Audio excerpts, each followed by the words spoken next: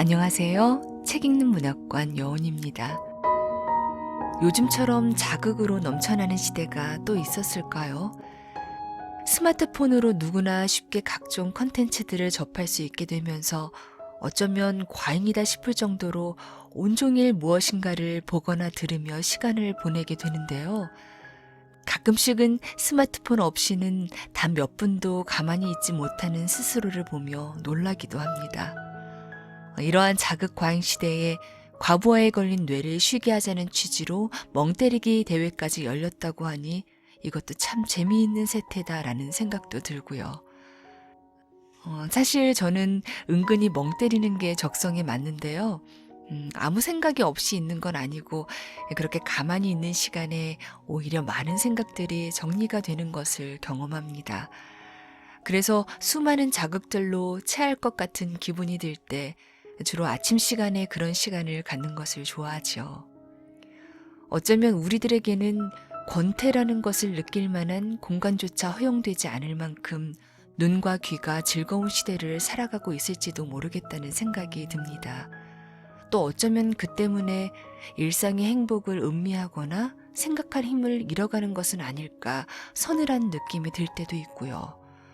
그런 까닭에 아이들에게는 되도록 미디어를 안 보여주려고 하고 심심한 게 좋은 거다라고 얘기하는데요.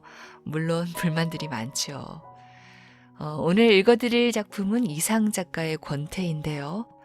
이 글은 작가가 여름날의 한가로운 시골 풍경을 관찰하면서 느끼는 권태감에 대해 이야기하고 있습니다. 도시 생활에 익숙한 이상에게 시골 농촌의 자연과 그 속에서의 삶은 아무런 흥분거리를 제공하지 않는 정적이고 권태로운 것일 따름인데요. 그는 하루 동안 작은 마을 여기저기를 돌아다니면서 마주친 모든 것들, 산과 들, 사람, 짐승, 심지어 놀이하는 아이들에게서조차 아무런 역동성이나 열정을 발견하지 못하고 지루함만을 느낄 뿐이죠.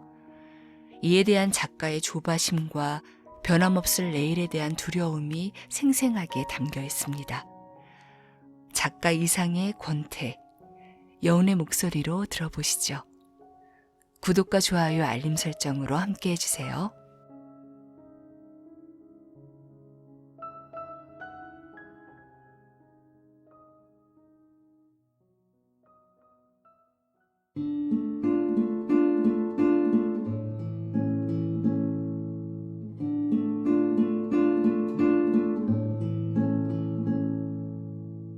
권태,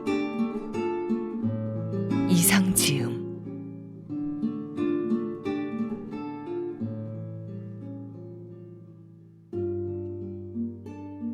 어서 차라리 어두워버리기나 했으면 좋겠는데. 벽촌의 여름날은 지루해서 죽겠을 만큼 길다. 동해 팔봉산, 곡선은 외저리도 굴곡이 없이 단조로운고. 설을 보아도 벌판, 북을 보아도 벌판. 아, 이 벌판은 어쩌라고 이렇게 한이 없이 늘어놓였을꼬. 어쩌자고 저렇게 똑같이 초록색 하나로 되먹었노. 농가가 가운데 길 하나를 두고 좌우로 한 10여 호씩 있다. 휘청거리는 소나무 기둥, 흙을 주물러 바른 벽, 강낭대로 둘러싼 울타리, 울타리를 덮은 호박 덩굴. 모두가 그게 그것같이 똑같다. 어제 보던 뎁사리 나무, 오늘도 보는 김서방, 내일도 보아야 할 흰둥이, 검둥이. 해는 100도 가까운 볕을 지붕에도 벌판에도 뽕나무에도 암탉 꼬랑지에도 내리쬐다. 아침이나 저녁이나 뜨거워하며 견딜 수가 없는 염소 계속이다. 나는 아침을 먹었다. 할 일이 없다.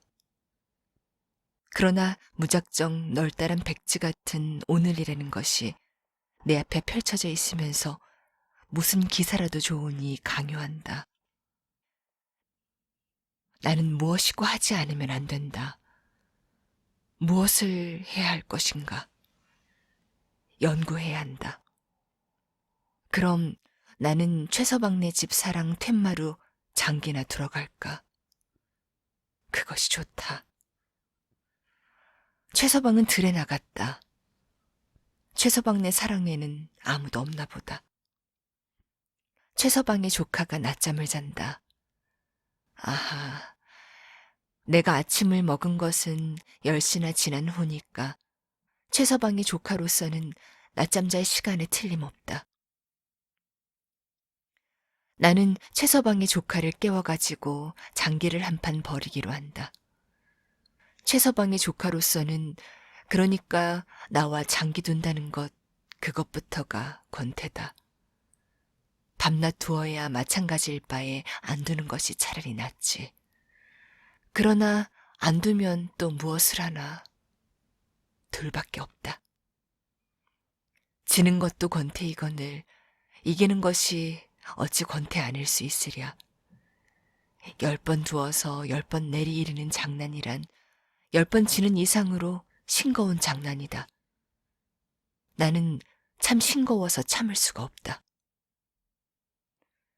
한 번쯤 져주리라.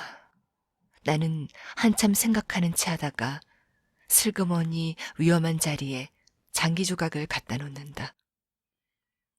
최서방의 조카는 하품을 쓱 한번 하더니 읽고 둔다는 것이 딴전이다. 의뢰질 것이니까 골치 아프게 술을 보고 어쩌고 하기도 싫다는 사상이리라. 아무렇게나 생각나는 대로 장기를 갖다 놓고는 그저 얼른 끝을 내어 져줄 만큼은 져주면 이 상승장군은 이 압도적인 권태를 이기지 못해 제출물에 가버리겠지 하는 사상이리라. 나는 부득이 또 이긴다. 인제 그만두잔다. 물론 그만두는 수밖에 없다. 일부러 져준다는 것조차가 어려운 일이다. 나는 왜 저 최서방의 조카처럼 아주 영영 방심 상태가 되어버릴 수가 없나. 이 질식할 것 같은 권태 속에서도 사세한 승부에 구속을 받나. 아주 바보가 되는 수는 없나. 내게 남아있는 이 치사스러운 인간 이욕이 다시 없이 밉다. 나는 이 마지막 것을 면해야 한다. 권태를 인식하는 신경마저 버리고 완전히 허탈해 버려야 한다.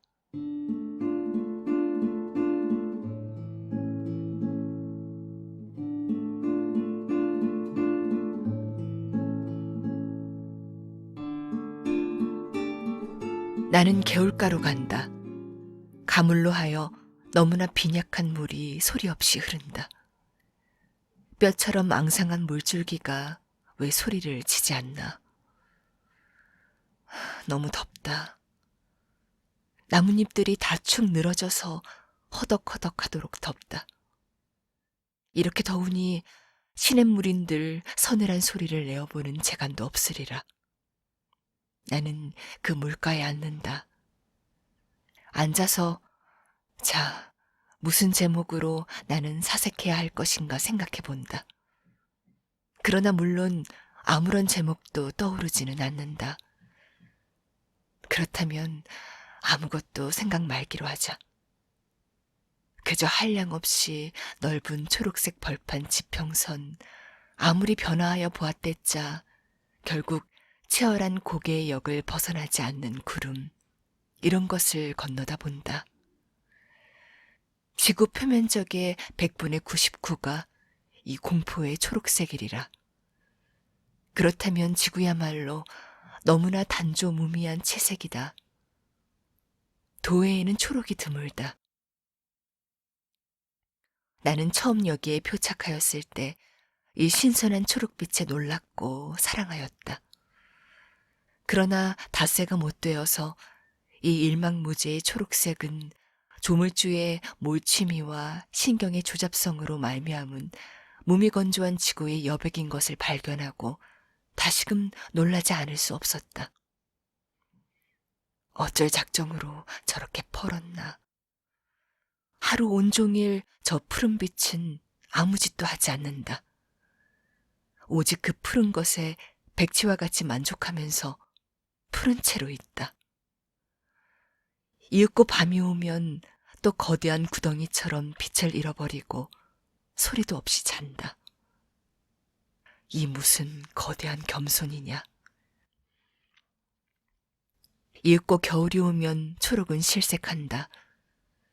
그러나 그것은 남루를 갈기갈기 찢은 것과 다름없는 추악한 색채로 변하는 것이다. 한겨울을 두고 이 황막하고 추악한 벌판을 바라보고 지내면서 그래도 자살 민절하지 않는 농민들은 불쌍하기도 하려니와 거대한 천치다. 그들의 일생이 또한 이 벌판처럼 단조한 권태 일색으로 도포된 것이리라. 일할 때는 초록 벌판처럼 더워서 숨이 칵칵 막히게 싱거울 것이요. 일하지 않을 때에는 겨울 황원처럼 거칠고 구지레하게 싱거울 것이다. 그들에게는 흥분이 없다. 벌판에 벼락이 떨어져도 그것은 뇌성 끝에 가끔 있는 다반 사이 지나지 않는다. 촌동이 범에게 물려가도 그것은 맹수가 사는 산촌에 가끔 있는 신벌에 지나지 않는다.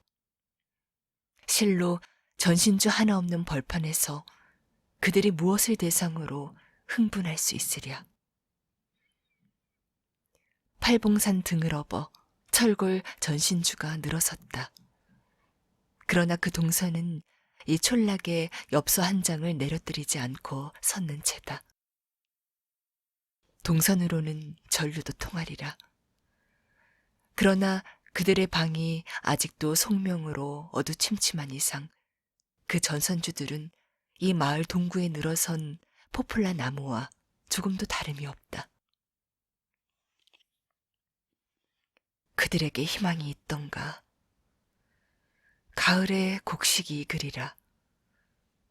그러나 그것은 희망은 아니다. 본능이다. 내일도 오늘 하던 계속의 일을 해야지. 이 끝없는 권태의 내일은 왜 이렇게 끝없이 있나? 그러나 그들은 그런 것을 생각할 줄 모른다. 그런 의혹이 정광과 같이 그들의 흉리를 스치는 일이 있어도 다음 순간 하루의 노역으로 말미암아 잠이 오고 만다. 그러니 농민은 참 불행하도다. 그럼 이 흉악한 권태를 자각할 줄 아는 나는 얼마나 행복된가.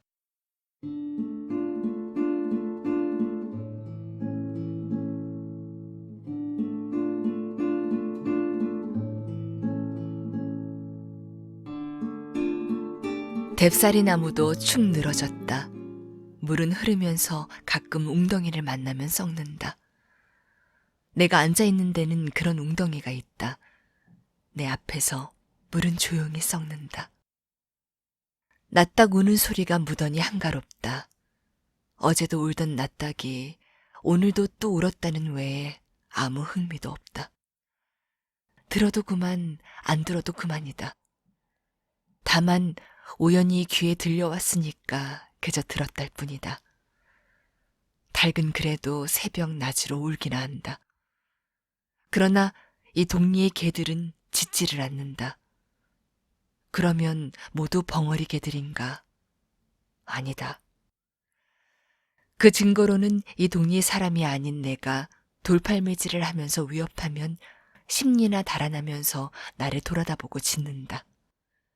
그렇건만 내가 아무 그런 위험한 짓을 하지 않고 지나가면 천리나 먼 데서 온 외인, 더구나 안면이 이처럼 창백하고 봉발이 작소를 이룬 기이한 풍물을 쳐다보면서도 짖지 않는다.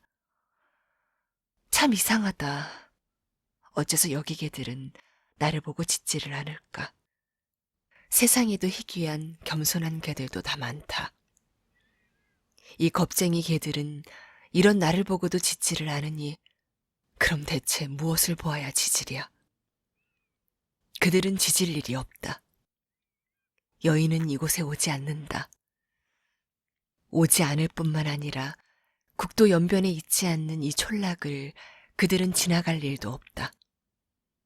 가끔 이웃마을의 김서방이 온다. 그러나 그는 여기 최서방과 똑같은 복장과 피부색과 사투리를 가졌으니 개들이 짖어 무엇하랴. 이 빈촌에는 도둑이 없다. 인정 있는 도둑이면 여기 너무나 비난한 세학시대를 위하여 훔친 바 비녀나 반지를 가만히 놓고 가지 않으면 안 되리라. 도둑에게는 이 마을은 도둑의 도심을 도둑맞기 쉬운 위험한 지대리라. 그러니 실로 개들이 무엇을 보고 짖으랴. 개들은 너무나 오랫동안 아마 그 출생 당시부터 짖는 버릇은 포기한 채 지내왔다.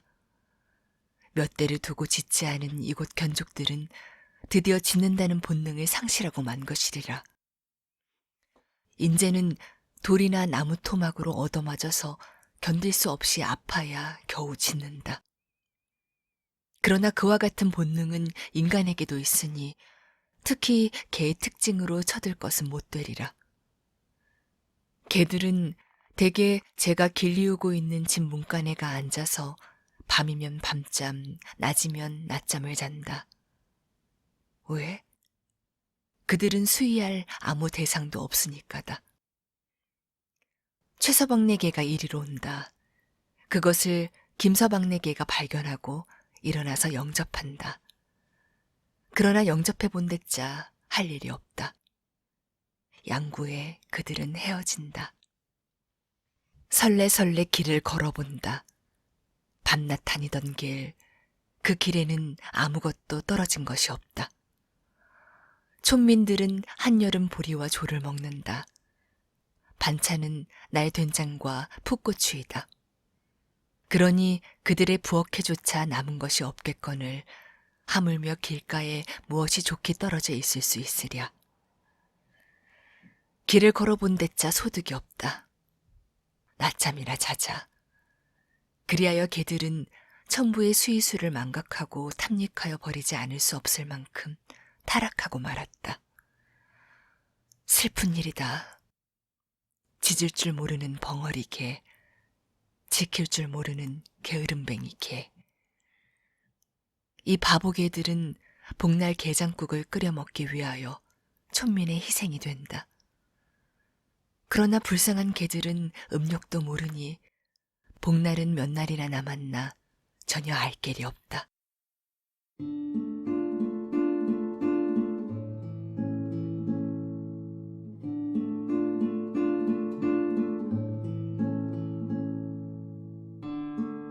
이 마을에는 신문도 오지 않는다. 소위 승합 자동차라는 것도 통과하지 않으니 도외의 소식을 무슨 방법으로 알랴. 오간이 모조리 박탈된 것이나 다름없다.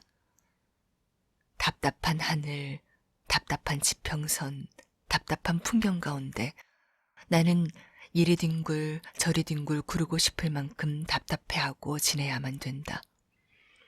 아무것도 생각할 수 없는 상태 이상으로 괴로운 상태가 또 있을까? 인간은 병석에서도 생각하는 법이다.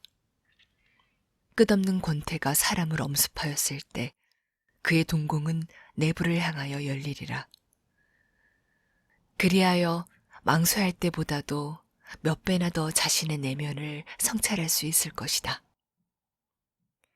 현대인의 특질이요 질환인 자의식의 과잉은 이런 권태하지 않을 수 없는 권태 계급의 철저한 권태로 말미암음이다. 육체적 한산, 정신적 권태, 이것을 면할 수 없는 계급이 자의식 과잉의 절정을 표시한다. 그러나 지금 이 개울가에 앉은 나에게는 자의식 과잉조차가 폐쇄되었다. 이렇게 한산한데, 이렇게 극도의 권태가 있는데 동공은 내부를 향하여 열리기를 주저한다. 아무것도 생각하기 싫다. 어제까지도 죽는 것을 생각하는 것 하나만은 즐거웠다. 그러나 오늘은 그것조차가 귀찮다. 그러면 아무것도 생각하지 말고 눈 뜬 채 졸기로 하자. 더워 죽겠는데 목욕이나 할까? 그러나 웅덩이 물은 썩었다.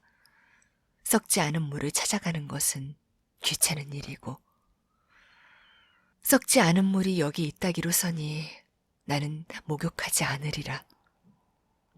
옷을 벗기가 귀찮다.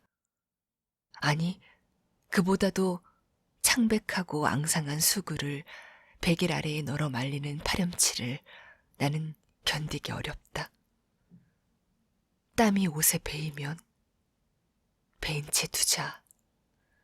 그렇다고 하더라도 이 더위는 무슨 더위냐. 나는 일어나서 오던 길을 되돌아서는 도중에서 교미하는 개 한 쌍을 만났다.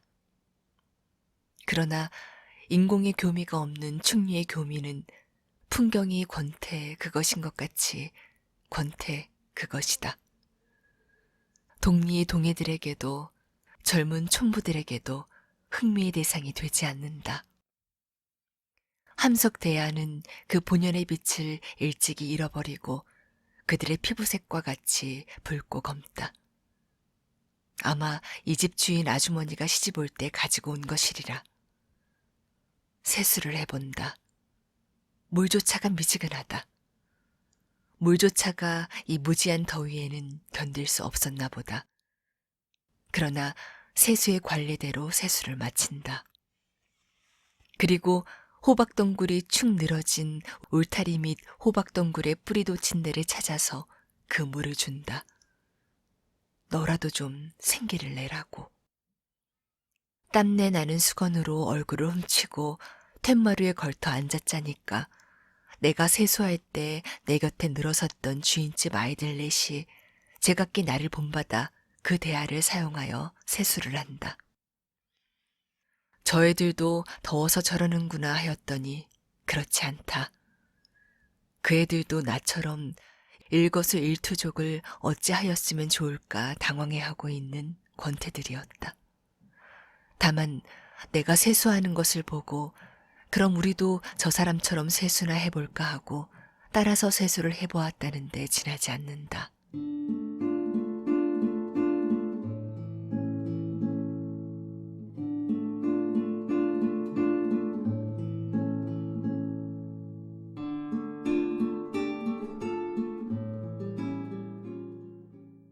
원숭이가 사람의 흉내를 내는 것이 내 눈에는 참 밉다. 어쩌자고 여기 아이들은 내 흉내를 내는 것일까? 귀여운 촌동들을 원숭이를 만들어서는 안 된다.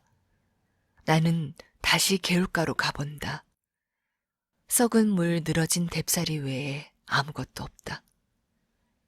그러나 나는 거기 앉아서 이번에는 그 썩은 중에 웅덩이 속을 들여다본다. 순간 나는 진기한 현상을 목도한다. 무수한 오점이 방향을 정돈해 가면서 움직이고 있는 것이다. 이것은 생물임에 틀림없다. 송사리떼임에 틀림없다. 이 부패한 소택 속에 이런 앙증스러운 어족이 서식하리라고는 나는 참 꿈에도 생각지 못했다. 요리 몰리고 조리 몰리고 역시 먹을 것을 찾음이리라. 무엇을 먹고 산 후 버러지를 먹겠지. 그러나 송사리보다도 더 작은 버러지라는 것이 있을까? 잠시 가만히 있지 않는다. 저물도록 움직인다. 대략 같은 동기와 같은 모양으로들 그러는 것 같다. 동기. 역시 송사리의 세계에도 시급한 목적이 있는 모양이다. 차츰차츰 하류를 향하여 군중적으로 이동한다. 저렇게 하류로만 가다가 또 어쩔 작정인가? 아니 그들은 중로에서 또 상류를 향하여 거슬러 올라올지도 모른다. 그러나 당장 하류로 향하여 가고 있는 것이 확실하다. 하류로. 5분 후에는 그들의 모양이 보이지 않을 만큼 그들은 멀리 하류로 내려갔다. 그리고 웅덩이는 아까와 같이 도로 썩은 물의 웅덩이로 조용해지고 말았다. 나는 그 자리에서 일어나서 풀밭으로 가보기로 한다. 풀밭에는 암소 한 마리가 있다. 고 웅덩이 속에 그런 맹랑한 현상이 잠복해 있을 수 있다고 하고 나는 적잖이 흥분했다. 그러나 그 현상도 소낙비처럼 지나가고 말았으니 잊어버리고 그만두는 수밖에.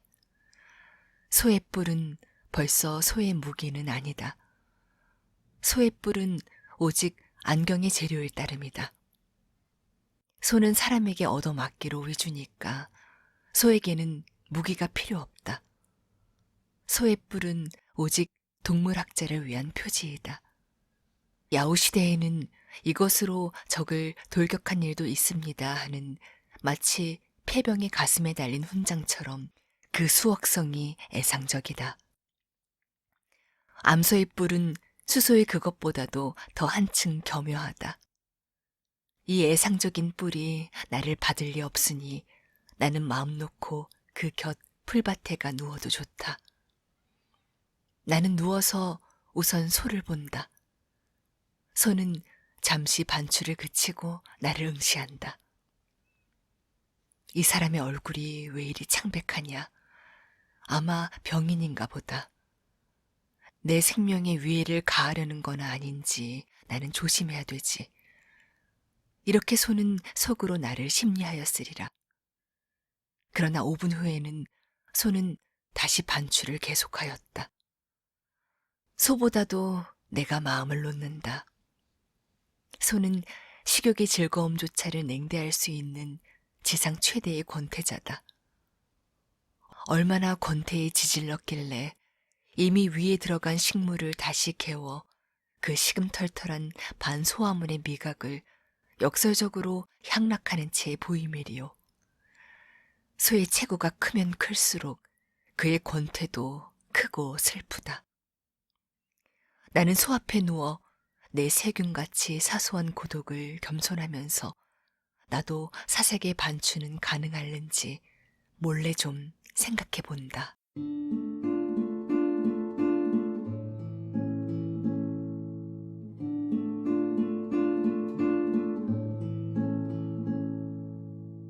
길 복판에서 6, 7인의 아이들이 놀고 있다.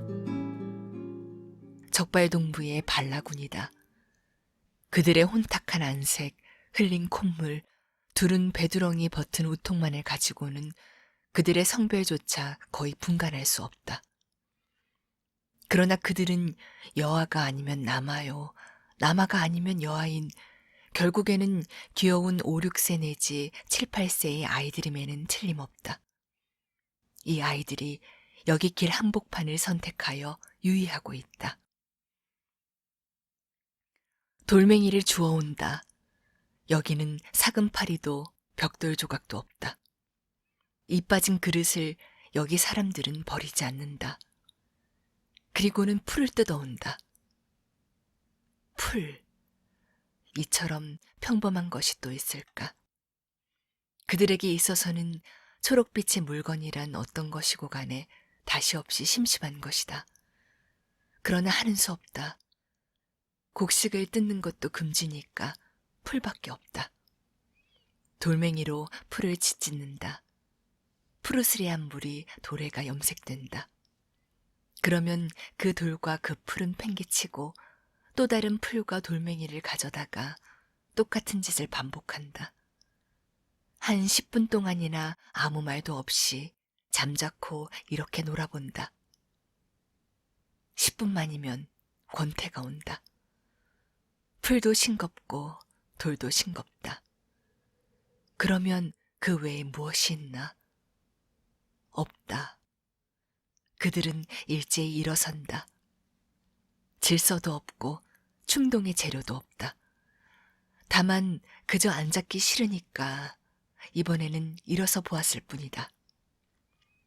일어서서 두 팔을 높이 하늘을 향하여 쳐든다. 그리고 비명에 가까운 소리를 질러본다. 그러더니 그냥 그 자리에서들 공중공중 뛴다. 그러면서 그 비명을 겸한다. 나는 이 광경을 보고 그만 눈물이 났다. 여북하면 저렇게 놀까? 이들은 놀 줄조차 모른다. 어버이들은 너무 가난해서 이들 귀여운 애기들에게 장난감을 사다 줄 수가 없었던 것이다. 이 하늘을 향하여 두 팔을 뻗치고 그리고 소리를 지르면서 뛰는 그들의 유희가 내 눈에는 암만 해도 유희같이 생각되지 않는다. 하늘은 왜 저렇게 어제도 오늘도 내일도 푸르냐는 조물주에게 대한 저주의 비명이 아니고 무엇이랴. 아이들은 짖을 줄조차 모르는 개들과 놀 수는 없다. 그렇다고 모이 찾느라고 눈이 벌건 닭들과 놀 수도 없다. 아버지도 어머니도 너무나 바쁘다. 언니 오빠조차 바쁘다. 역시 아이들은 아이들끼리 노는 수밖에 없다. 그런데 대체 무엇을 갖고 어떻게 놀아야 하나? 그들에게는 장난감 하나가 없는 그들에게는 영영 엄두가 나서지를 않는 것이다. 그들은 이렇듯 불행하다. 그제 또 5분이다. 그 이상 더 길게 이 짓을 하자면 그들은 피로할 것이다. 순진한 그들이 무슨 까닭에 피로해야 되나? 그들은 우선 싱거워서 그 짓을 그만둔다. 그들은 도로 나란히 앉는다. 앉아서 소리가 없다. 무엇을 하나? 무슨 종류의 유희인지 유희는 유희인 모양인데 이 권태의 외소인간들은 또 무슨 기상천외의 유희를 발명했나? 5분 후에 그들은 비키면서 하나씩 둘씩 일어선다. 제각각 대변을 한 무더기씩 누워보았다. 아, 이것도 역시 그들의 유희였다. 속수무책의 그들 최후의 창작 유희였다. 그러나 그중 하나이가 영 일어나지를 않는다. 그는 대변이 나오지 않는다. 그럼 그는 이번 유희의 못난 낙오자임에 틀림없다. 분명히 다른 아이들 눈에 조소의 빛이 보인다. 아, 조물주여, 이들을 위하여 풍경과 완구를 주소서.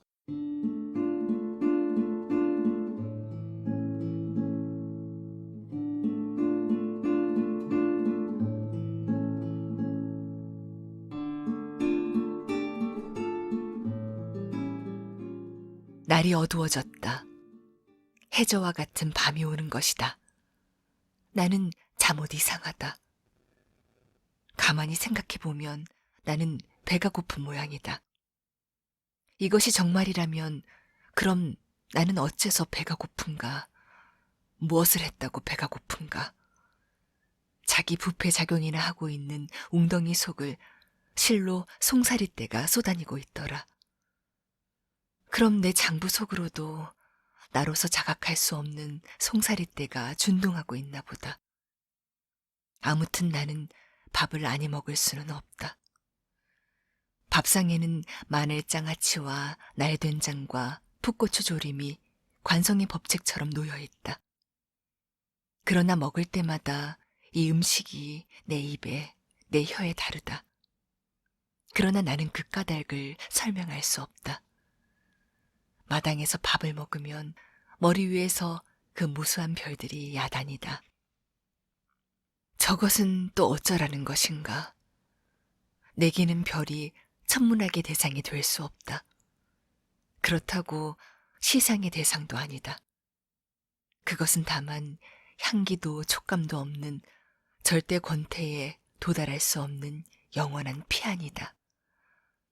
별조차가 이렇게 싱겁다. 저녁을 마치고 밖으로 나와보면 집집에서는 모깃불의 연기가 한창이다. 그들은 마당에서 멍석을 펴고 잔다. 별을 쳐다보면서 잔다. 그러나 그들은 별을 보지 않는다. 그 증거로는 그들은 멍석에 눕자마자 눈을 감는다. 그리고 눈을 감자마자 쿨쿨 잠이 든다. 별은 그들과 관계없다. 나는 소화를 촉진시키느라고 길을 왔다 갔다 한다. 되돌아설 적마다 멍석 위에 누운 사람의 수가 늘어간다. 이것이 시체와 무엇이 다를까? 먹고 잘 줄 아는 시체. 나는 이런 신뢰로운 생각을 정지해야만 되겠다. 그리고 나도 가서 자야겠다. 방에 돌아와 나는 나를 살펴본다. 모든 것에서 절연된 지금의 내 생활. 자살의 단서조차를 찾을 길이 없는 지금의 내 생활은 과연 권태의 그것이다. 그렇건만 내일이라는 것이 있다. 다시는 날이 새지 않는 것 같기도 한 밤 저쪽에 또 내일이라는 놈이 한계 버티고 서 있다. 마치 흉맹한 형리처럼. 나는 그 형리를 피할 수 없다. 오늘이 되어버린 내일 속에서 또 나는 질식할 만큼 심심해해야 되고 기막힐 만큼 답답해해야 된다. 그럼 오늘 하루를 나는 어떻게 지냈던가? 이런 것은 생각할 필요가 없으리라. 그냥 자자. 자다가 불행히, 아니 다행히 또 깨거든 최서방의 조카와 장기나 또 한판 두지. 웅덩이에 가서 송사리를 볼 수도 있고 몇 가지 안 남은 기억을 소처럼 반추하면서 끝없이 나태를 즐기는 방법도 있지 않으냐. 불나비가 달려들어 불을 끈다. 불나비는 죽었든지 화상을 입었으리라. 그러나 불나비라는 놈은 사는 방법을 아는 놈이다. 불을 보면 뛰어들 줄도 알고 평상에 불을 초조히 찾아다닐 줄도 아는 정열의 생물이니 말이다. 그러나 여기 어디 불을 찾으려는 정열이 있으며 뛰어들 불이 있느냐? 없다. 나에게는 아무것도 없는, 내 눈에는 아무것도 보이지 않는다. 암흑은 암흑인 이상 이 좁은 방 것이나 우주에 꽉 찬 것이나 분량상 차이가 없으리라. 나는 이 대소 없는 암흑 가운데 누워서 숨 쉴 것도 어루만질 것도 또 욕심나는 것도 아무것도 없다. 다만 어디까지 가야 끝이 날지 모르는 내일, 그것이 또 창밖에 등대하고 있는 것을 느끼면서 오들오들 떨고 있을 뿐이다.